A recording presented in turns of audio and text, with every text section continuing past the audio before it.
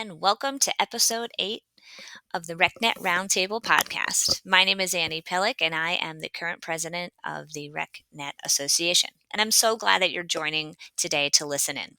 Today's episode is a little different from how we've done our other ones. It's a chance to revisit our roots and hear directly from one of the most incredible leaders who helped shape our association. We're bringing back a conversation recorded about 4 years ago, just ahead of our 40th anniversary of our national conference. In it, then President Kari Bowman Leslie sits down with one of our 8 founding members, Debbie Regnone. Debbie shares a story of how RecNet came to be. They talk about and reflect on the 2 most prestigious awards of our association, the Debbie Regnone Service Award and the Howard U. Bell Lifetime Achievement Award. This conversation offers timeless advice for both seasoned professionals and young professionals finding their passion in the industry. And she also talks about one of her favorite conferences, but that's a little bit of a twist, and the importance of community in our work. As we look ahead to this year's conference, which is going to be at the Kiowa Island Golf Resort in South Carolina, it feels especially meaningful to revisit this conversation. Our history grounds us, and our founders' visions continue to inspire how we grow, adapt, and connect today. And I hope you enjoy it just as much as I did. So let's dive in. All right. Well, my name is Kari, and I have Debbie Regnone with me here today. She is one of the 8 founding members of RCRA and the owner of Resort Sports. So thank you, Debbie, for taking time out of your busy schedule to join me. And if we can go ahead and start off, tell us about your history with RCRA. Well, it's one of those things that, just blind faith. You open a door and you walk through it and you never know what's going to happen, right? And that's really what kind of happened, is that I was the new recreation director at South Seas Plantation, first one ever. They'd never had one before. And my boss was sending me around to visit different resorts. And so he got this letter in the mail from Edwin Butch Trellew in Fripp Island, South Carolina, inviting him to, let's call it a networking meeting.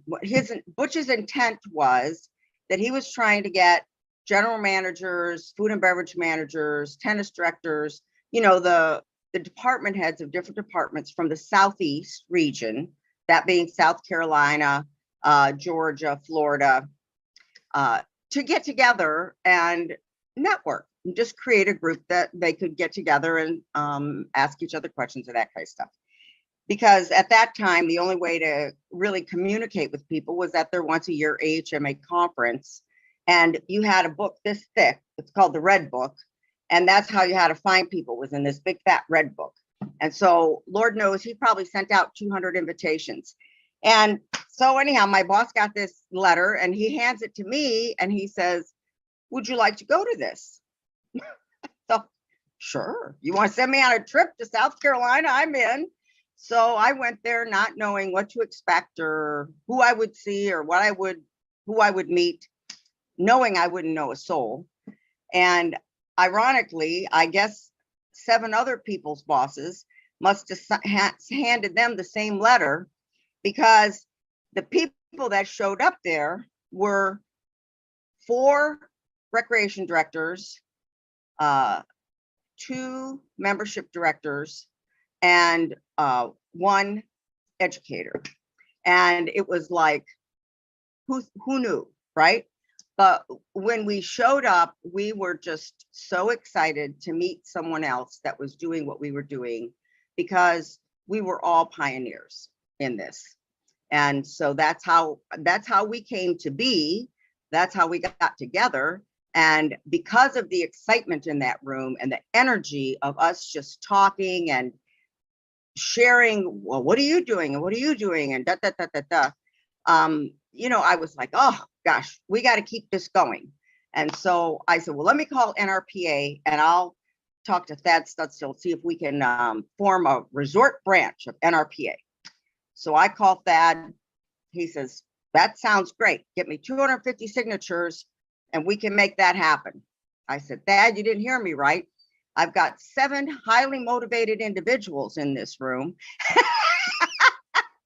and we'd like to start a resort branch of NRPA. He said, Debbie, we can't do that unless you get 250 signatures. I said, that's the point. We don't know if there's any more out there, and we don't know how to find them. And so that was that. So I walked back in the room and I said, well, NRPA won't have us. We'll just have to do it ourselves. And they all looked at me like I had 3 heads. And being I was the only one that had association background from FRPA, Florida Recreation Parks, I said, okay, so here, everybody put $100 on the table and choose a role, right? So because I had the association background, I was automatically the first president. And then everybody else, we had a vice president, secretary, treasurer, membership. And we just spent really the next 6 months formulating how we were going to move forward and if we could move forward. We didn't even know if there was anything out there to move forward with, right? But we found enough people by reaching out and calling different hotels. We stuck to big destination resorts is where we thought was a good place to start. And then we invited them to join us at Amelia Island Plantation. I think it was about 6 months later. And so that was our first workshop. We didn't really call it a conference, you know, but that was our first get together for RCRA. And we had a good turnout there. I can't remember how many people we had, but we were thrilled. And every single person that walked into that room was like, oh my gosh, I'm so happy to meet you. What do you do? Where do you work? Da, da, da, da, da. And that same electricity and that same excitement just carried over into every single person in that room. But what I love most about it was that every single person that came to that meeting in Amelia said, how can I help? What can I do? How can I help? And every single person that showed up there walked away with a job to do. And they all did it. And that's how RCRA grew. So, you know, it's like, I get a little embarrassed when people keep, you know, bringing me up as, you know, being so instrumental behind all it.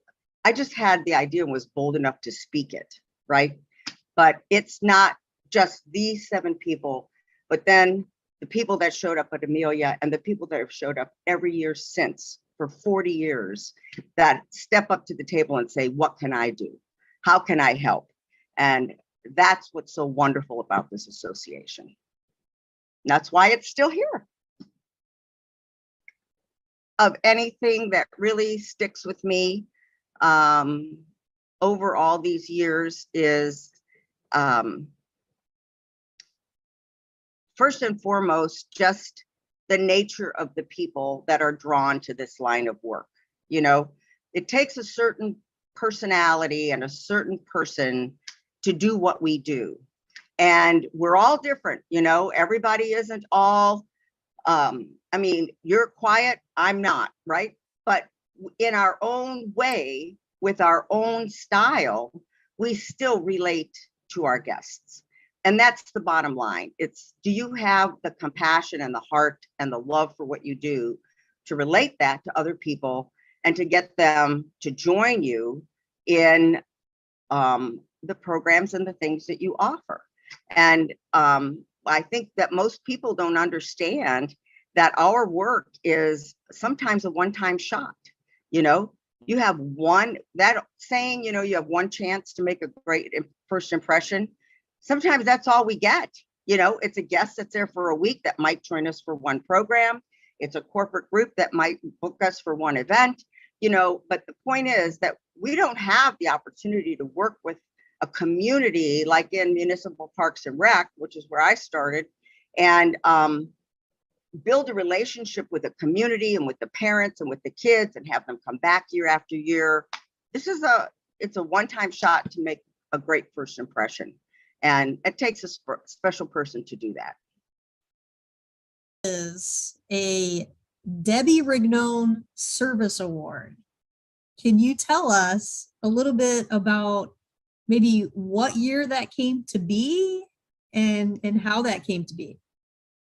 Well, how it came to be would not be for me to answer because I didn't know anything about it. That was a complete shock to me. But I did look that up. That was 1987. We were at the Pheasant Run Resort in St. Charles, Illinois. And I believe Andy Holdnack was the president. I know for sure that Andy Holdnack was the one who presented me with this award. And so anyhow, he calls me up and he goes into this long, lovely talk about me and my contributions and all that kind of stuff, and the impact that he felt and others felt that I'd had on the industry. And I was quite taken aback. I was shocked. I was honored. I was a little embarrassed. I kept saying, I'm not dead yet. You're not supposed to name an award after someone if they're not dead yet. And so, and over the years, you've heard me say that a few times when I get up there in front of the crowd and here's all these young new people. They have no idea who I am. They probably do think I'm dead, right? But it's like, nope, here I am, living and breathing. So it was a great honor. I would not have rather had anybody in the whole world present it to me than Andy Holdnack. He's just such a loving human being that speaks from his heart. And it was a wonderful moment in my life. And I thank him and everybody else that was involved in that for that decision. Thank you. And it's an honor every year since to be able to shake the hands of the people that are being honored and carrying on that legacy of showing superior service, in their work, and not just where they work, but in general in the industry and impacting other people and our common cause. And I love that. And I'm grateful for the opportunity. But there's so many more people that are involved. It's not me. I don't make those choices. The board, the nominations, they come in from all over, right? I just have the honor of presenting some of them.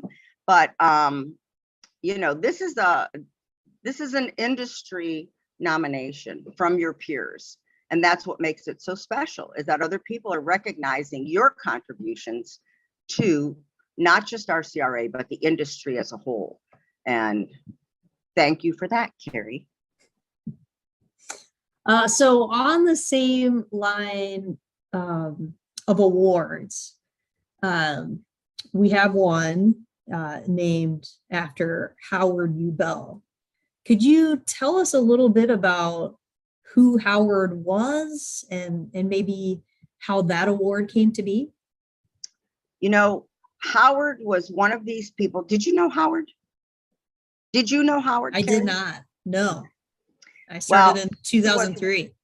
One of these people, the day you met him, you just fell in love with him. He was, I swear, he must have been 6'5". Well, to me, he was 6'5". I'm only 5 foot tall. But, he was a very tall man with a big beaming smile, and just, he'd walk in the door and he'd light up a room, and everybody was drawn to him. He was charismatic, and he would bring his students, no matter where we were. And it was a big thing to get students from Eastern Washington University coming to our conferences, which tended to be east of the Mississippi, and he was our huge supporter. He immediately got involved in RCRA individually, academically, as a professor. He was very instrumental in getting other educators from all over the country involved. I don't know this for a fact, but I wouldn't be surprised if Howard didn't bring in John Crosley and the likes of some of the other educators that we had and have had over the years. And he just was such a talent and such a delight. And everybody just loved him, loved him, loved him. There's no other word for it. And so he passed unexpectedly. And I don't remember what year that was, but I think it was pretty imminent upon that happening that everybody decided, there needed to be a Howard U. Bell Award, because he really did have a huge impact on this association and its growth especially in the educators arena, and the value to students, in really making people realize, hey, this is a very real opportunity for students to get involved and get a jump start on their careers. So that's how he got honored. And we're so glad that he is. And I'm happy to share that story so people will continue to know why that award is named in his honor. He was very, very special, still is, always in our heart. I have lots of advice, but I'll try to hone it down to a simple few things. And, you know, I really thought long and hard about this because, you know, what you're looking for as a supervisor in the people that you're bringing into your business changes as you grow. You know, you're looking for different things and different kinds of people. But as an emerging professional, I think the most important thing that's a common factor that never changes is know your passion. Because here I am, 40 plus years in the business, I can honestly say to you, I am still passionate about this work that we do, you know, and you can send me out to a resort to run recreation programs with kids, and I have just as much fun as the day I first started in it. You know, I really passionately love what we do. And that's what's kept it fresh, and that's what kept me in it. And the other part I'd have to say is, so first of all, know your passion. And if this isn't the thing that I would do without even getting paid, you know, it's like, I just love doing this. And if you don't feel that way, then maybe you have to realize maybe this is short term, or it's not really your heartstrings, right? But if it's what turns that crank, then the next step is you have to let your light shine, because recreation, in my opinion, is one of the career fields that is you're most able to make an impression and to change things, because it has the lowest level of expectation. Unfortunately, there's still very many resorts that have never had a professional in-house recreation program. They don't know the standards of what it should be a great program. But I'll tell you, when they get somebody like you, or they get someone like anybody that you meet at this conference, they're all passionate, dedicated professionals. They're the ones that teach their resort management team, this is what a quality program looks like. And I guarantee you this, that once they see it, they know the difference, and they will never go without it, because it is something that does put heads in beds, which is what our jobs are. You know, the bosses, they're always, I don't want to worry about recreation. My job is to put heads in beds. But you know what? We make that job easier because people want to come back.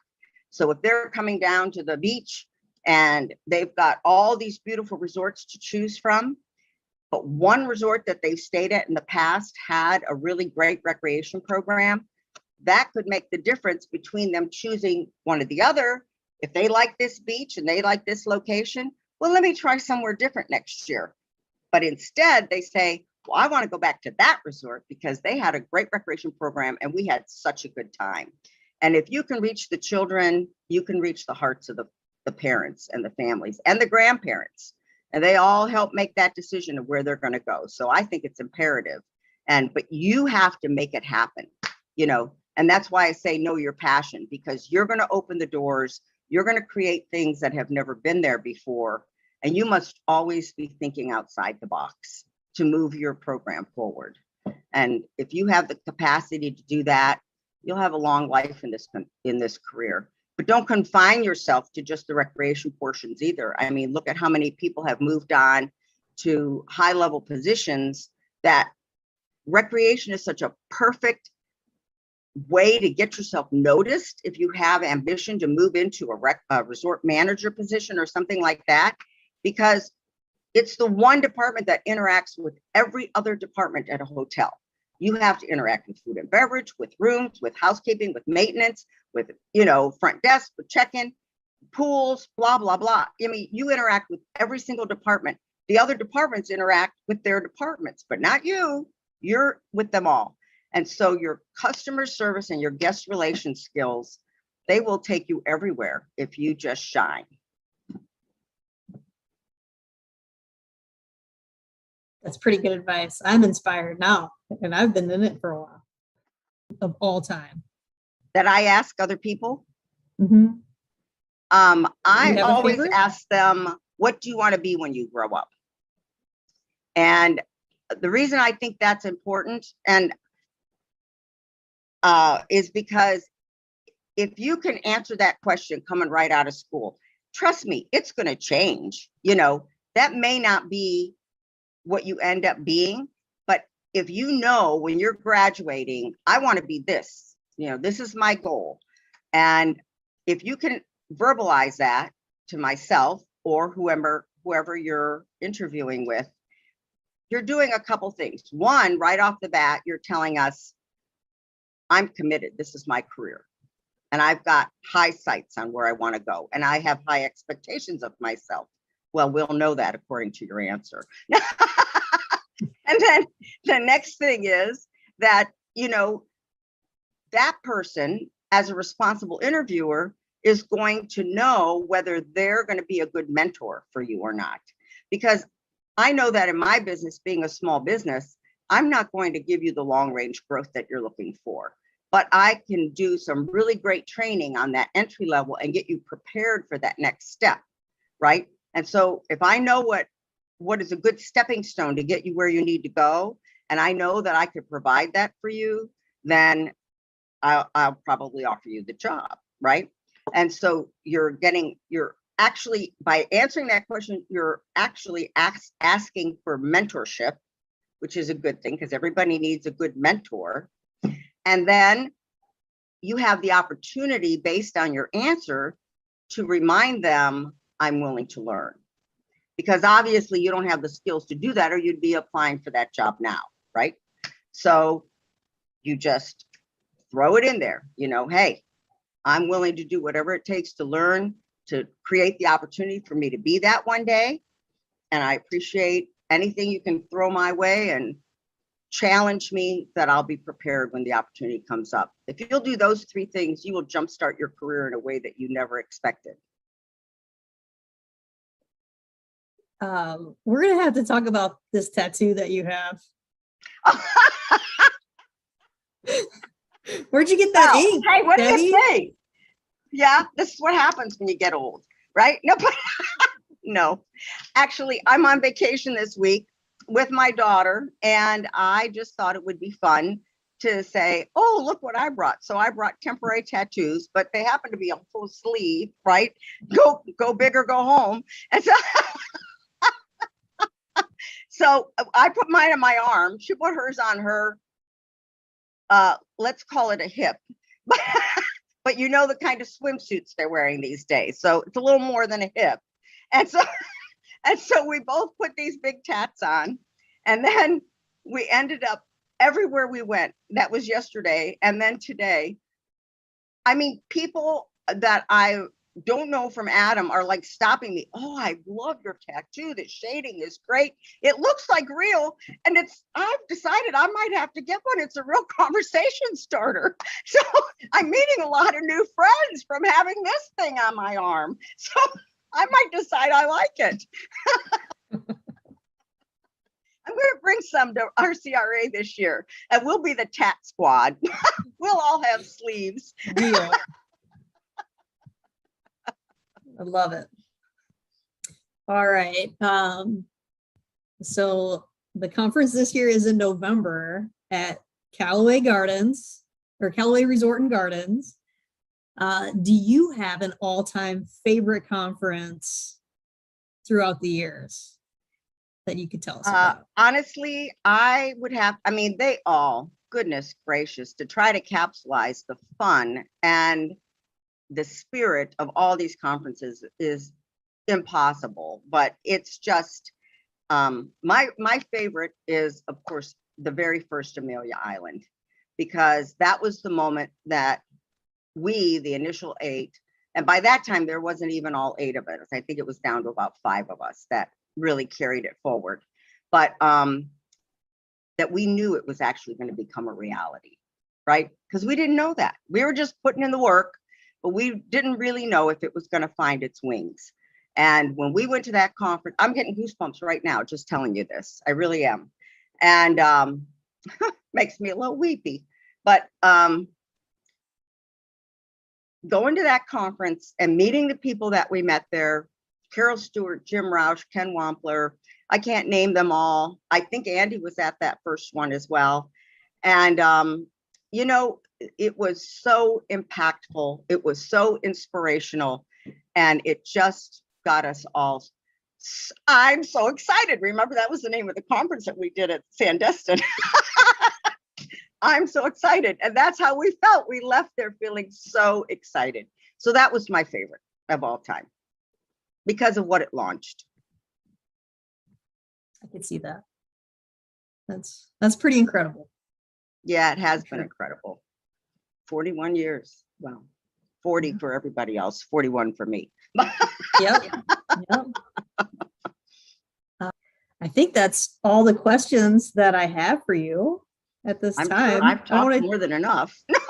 Well, and you got to get back to enjoying the beach in your sleeve tattoo. in my tattoo, go make some new friends. Yeah, it's back to work tomorrow. So as much as I'd like to stay the whole week, I can't. But it's been a great weekend getaway, and nothing better than some good old sunshine. I even got up this morning, saw the moon before it went down, saw the sun when it came up, and filled my table with 2 buckets full of beautiful shells. So nice. It's been a fun little getaway. Good deal. Good deal. Thank you, Kari, for all you do. You are a special gift to RCRA, and here you are joining the handful of the other of us that have been brave enough to take this on as president twice, 2 years. And Bruce Waller is the only one that was brave enough to do it 3 times. And but yeah, we thank you. We thank you for your service and for everything you've done and the heart that you bring to RCRA as well. Love you. Wow. Thank you, Debbie. Thank you, Kari. Both of you are pillars in our industry and our association. It was a gift to hear from you, Debbie, and to be reminded of the passion and vision that guided our community for what is now 4 decades. Her advice rings true today, just as it did when this conversation was first recorded. Follow your passion, recognize excellence in your peers, and continue to embrace the experiences that bring us together. I hope this episode sparks reflection and excitement as we get ready to gather at Kiowa Island Golf Resort for this year's national conference. I am certainly feeling that way. I'm so looking forward to seeing all of you there to continue to learn and celebrate, and to also continue the legacy that Debbie and our other founding members began. So thanks for tuning in, and until next time, keep creating experiences that matter.